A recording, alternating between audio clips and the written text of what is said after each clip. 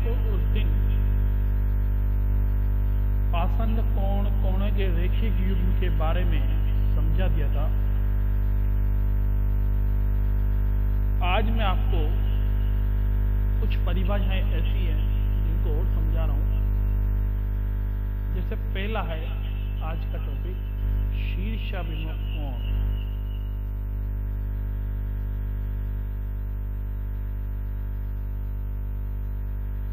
ये शीर्षाभिमुख कोण, इसको अंग्रेजी में बोलते हैं वर्टिकली अपोजिट एंगल्स।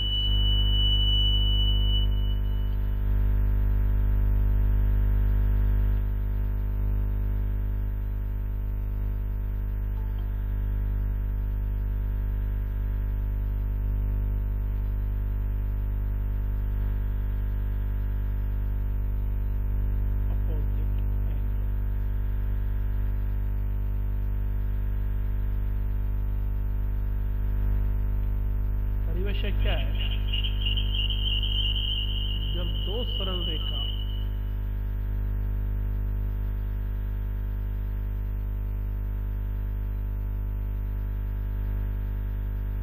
परस्पर आपस में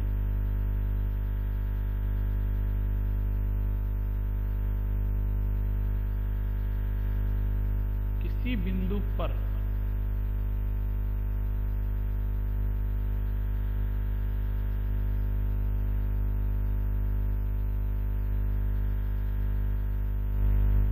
प्रतिच्छेद करती है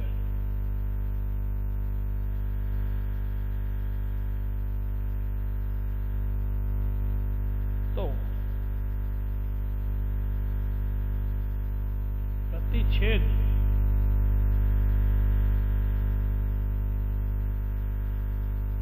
बिंदु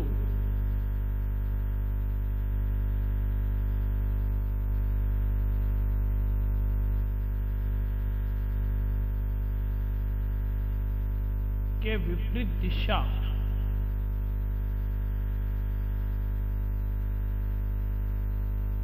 में बनने वाले कोण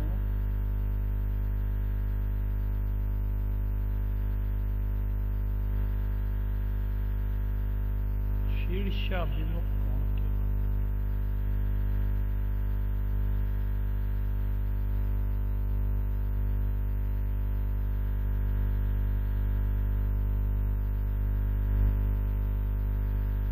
दो रेखाएं हैं।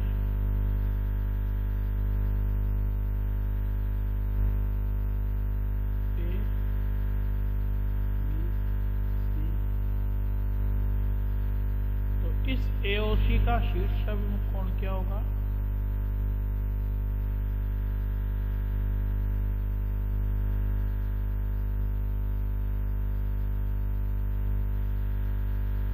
क्या है? बी और डी, ये वाला। और ऐसे ही एओडी का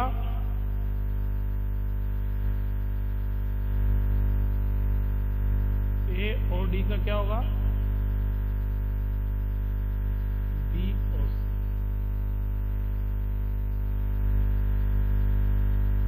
एक नोट करने वाली बात, मेरी आवाज सुनाई दे रही है तुमको? हेलो? हाँ सर। Yes sir. कि शीर्षाभिमुख कोण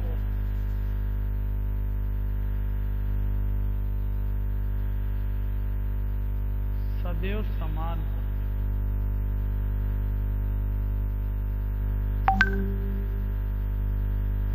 आपस में क्या होता है? ये समान होंगे।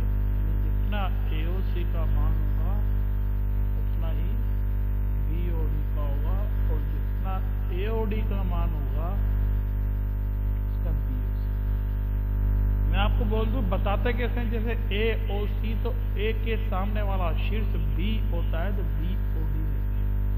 ऐसा नहीं कि आप इसको एओसी को बोलने में तो क्या डीओबी भी बोल दो, लेकिन सही तरीका बोलने का सही हो, ए के शीर्ष सामने वाला बी है, इसको बीओडी बोले। अपन एओडी ले रहे हैं तो बीओसी। अगर आप डीओए लेते हो तो डीओए के सामने वाला सीओबी।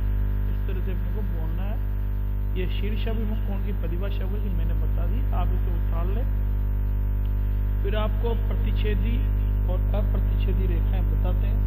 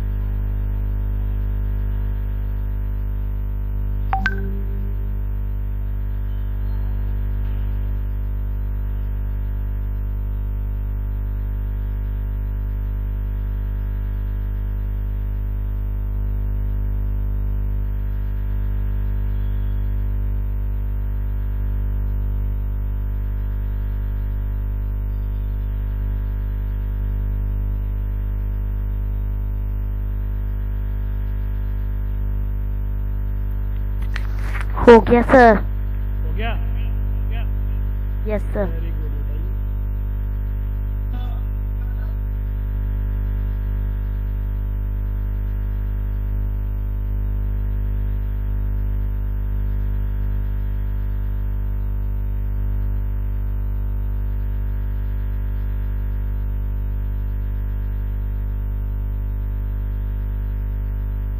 सबने उतार लिया और आगे चले।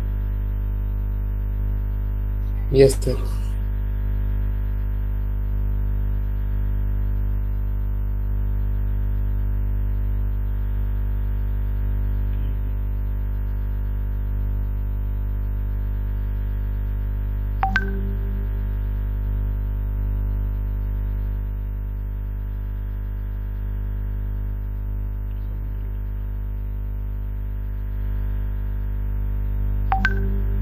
अब आगे है मेरे पास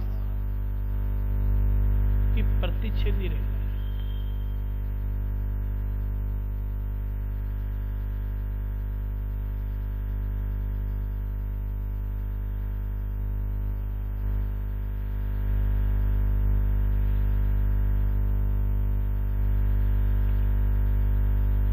और प्रतिच्छेदी रेखाएं किसे कहते हैं? जब दो रेखाओं को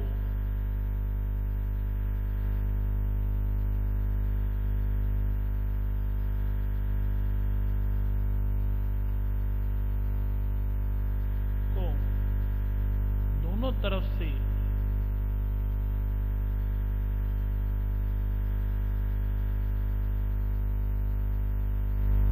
अनंत तक बढ़ाने पर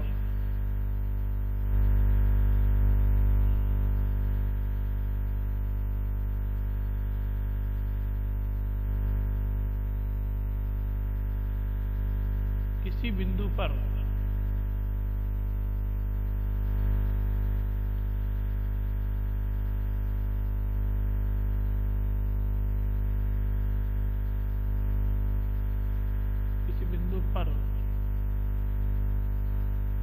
प्रतिच्छेद करे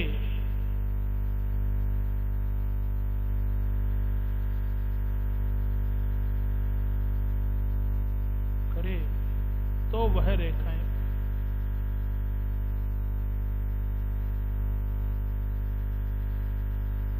प्रतिच्छेदी रेखाएं कहलाती हैं।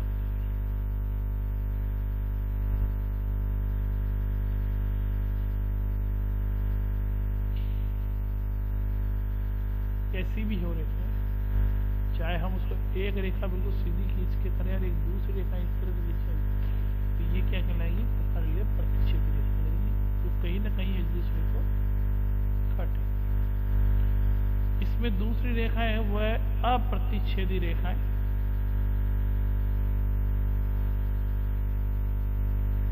और अप्रतिच्छेदी रेखाएं, इसका दूसरा नाम होता है समांतर रेखाएं।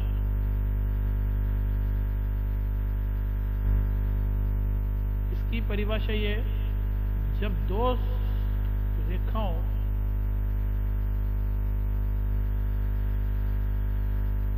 को दोनों तरफ यानी आगे और पीछे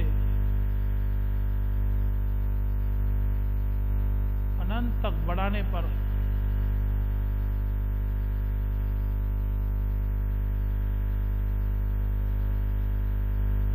किसी भी बिंदु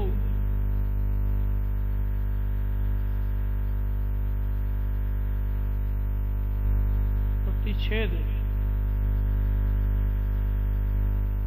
नहीं करे तो वो रेखाएं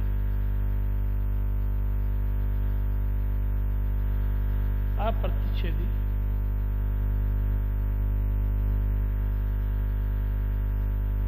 या समांतर रेखाएं कहलाती हैं।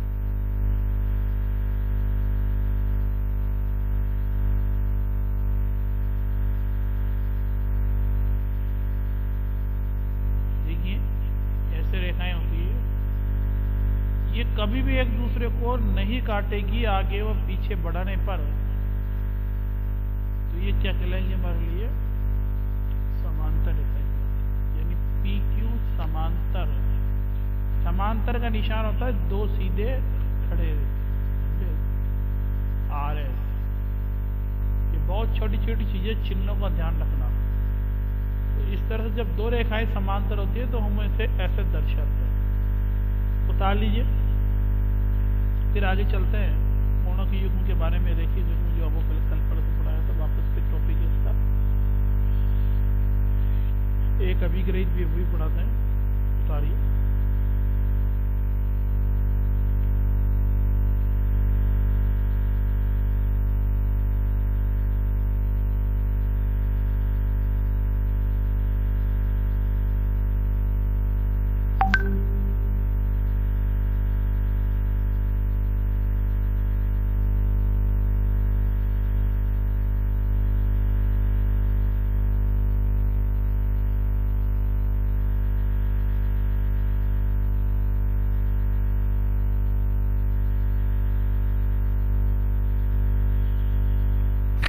हो गया सर।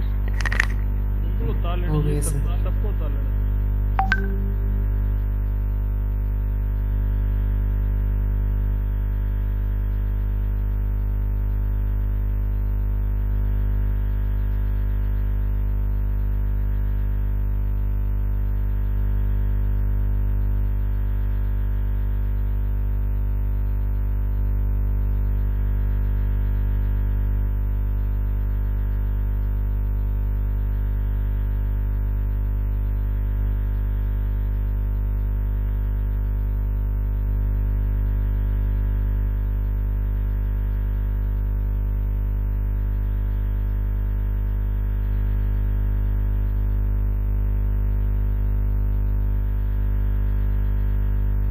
चले आगे, रुको सर एक बार। बिल्कुल आराम से रुक के बैठ जाइए।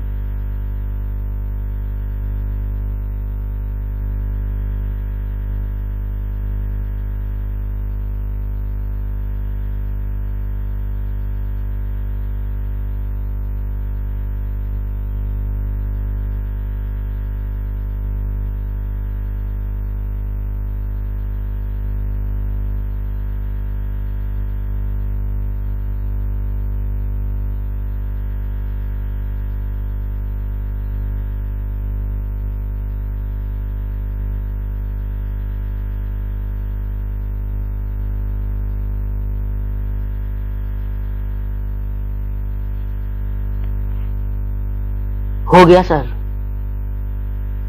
हो गया, ठीक है भाई। चलिए, ये मैंने इसको डिलीट कर दिया। अब मैंने आपको कल परसों एक चीज और बताई थी, कोणों का युग्म क्या होता है। ये कोणों का के युग्म है। तो युग्म में मैंने आपको बताया था कि जैसे रेखीय युग्म क्या होता है कि एक ही रेखा पर बनने वाले दो या दो से अधिक कोणों के युग्म ही रेखीय कोणों के रेखीय युग्म कहलाते हैं। आजा परेशान मत कर यार बेटे। यार भगवान तो यहाँ कर। बिल्कुल ठीक है वर्मा के यहाँ से जिसकी आवाज आ रही है ना, या तो बंद कर दीजिए, मैं मूड कर रहा हूँ नहीं तो उसे।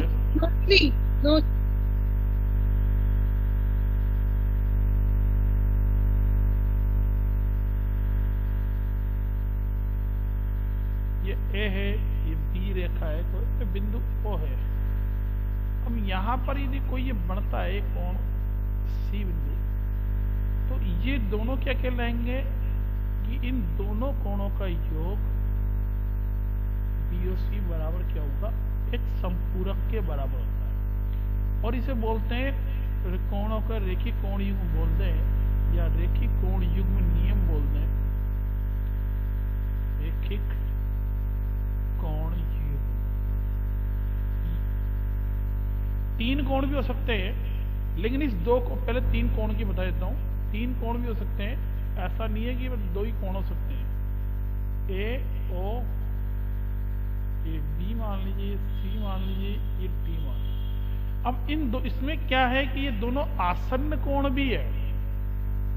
क्या ये आसन्न कोण है, और ये इन दो आसन्न कोणों का योग 180 कब होगा, जब वो रेखिक कोण युग्म बनाते हैं।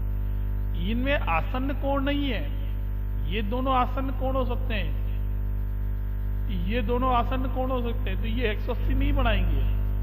हाँ, अभी AOC और COD ये आसन्न कोण हो सकता है, AOB और BOD ये आसन्न कोण हो सकता है, ये 180 बना सकते हैं। ये जो आसन्न कोण है और रेखिक कोण में वो क्या करेंगे, 180 डिग्री का कोण बनाने की कोशिश करते हैं, उसको पहचानना है आपको।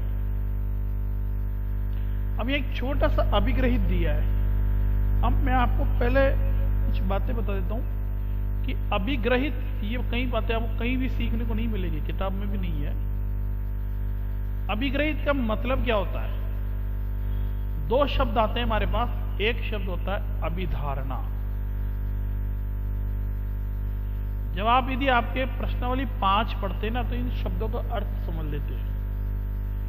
अभिग्रहित क्या होता है और अभिधारणा क्या होती है, ये दोनों मैं आपको समझा देता हूं। हमारे इसमें यूक्लिड ने हमारे को कुछ अभिग्रहित दिए थे। यूक्लिड कौन था, पहले तो ये मालूम होना चाहिए, यूक्लिड एक वैज्ञानिक था जो ज्यामिति का प्रणेता था।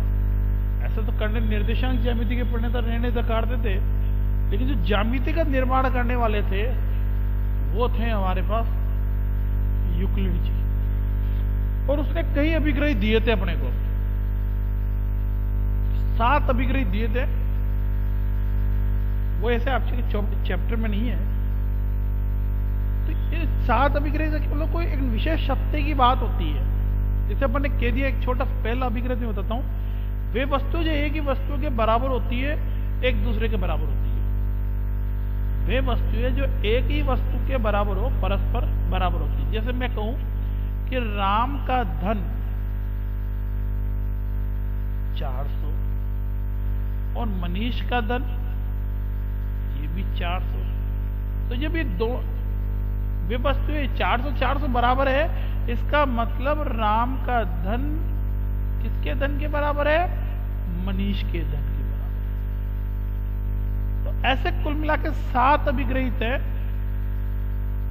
तो अभिग्रहित क्या होता है, एक छोटी सी बात होती है जिसको अपन कह सकते हैं कि हाँ ठीक है ये इसके बराबर है, तो उसको अपन सत्य मान सकते हैं।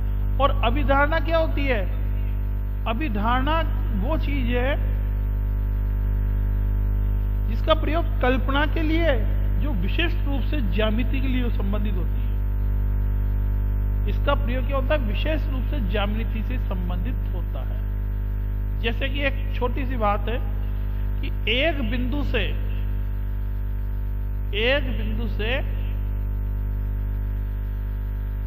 एक अन्य बिंदु तक एक ही रेखा खींची जा सकती है।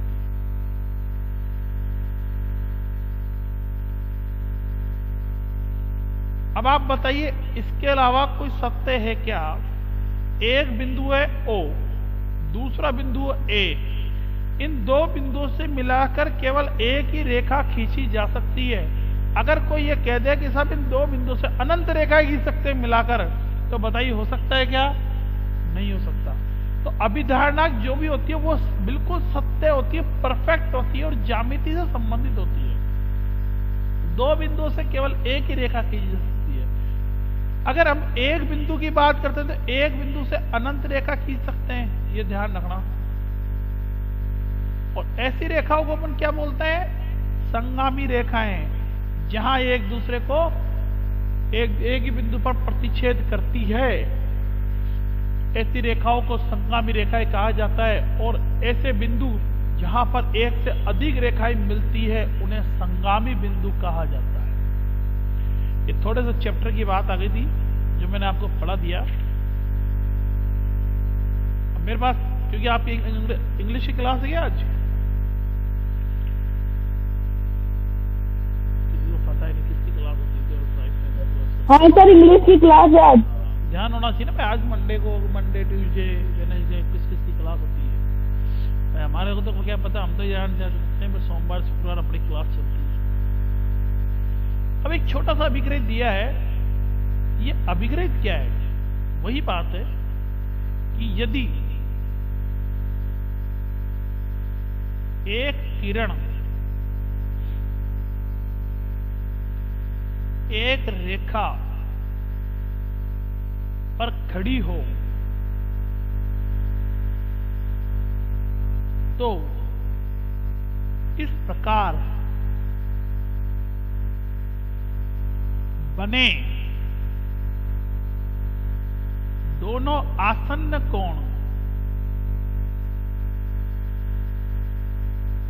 कोणों का योग 180 डिग्री होता है।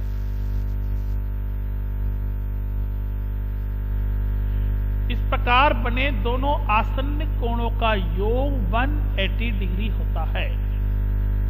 ठीक है?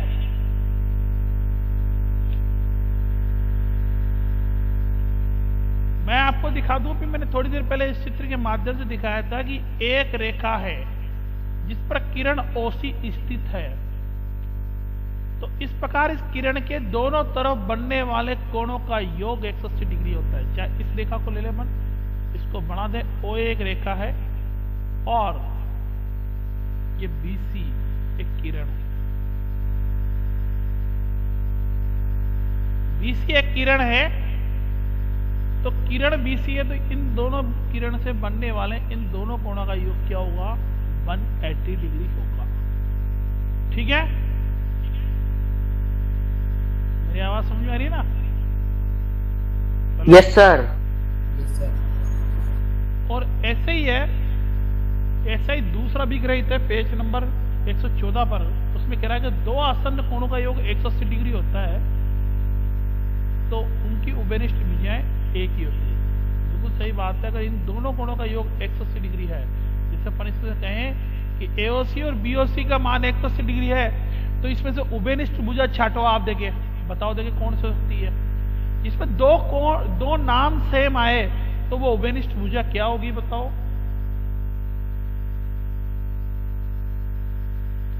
वो उभयनिष्ठ भुजा होगी हमारी ओसी, क्योंकि दोनों जगह ओसी नाम आ रहा है। देखिए, मैंने आपको नाम बताया था कि कैसे बोलना है, एओसी और बीओसी। तो इसमें भुजा ओसी उभयनिष्ठ है। आसन्न कोणों का योग 180 डिग्री होता है और आसन्न कोण है तो उनमें एक क्या होगी? उभयनिष्ठ भुजा होती है और उस उभयनिष्ठ भुजा का नाम ओसी है। तो आज के लिए मैं इतना ही कर रहा हूं। कल मैं आपको प्रमेय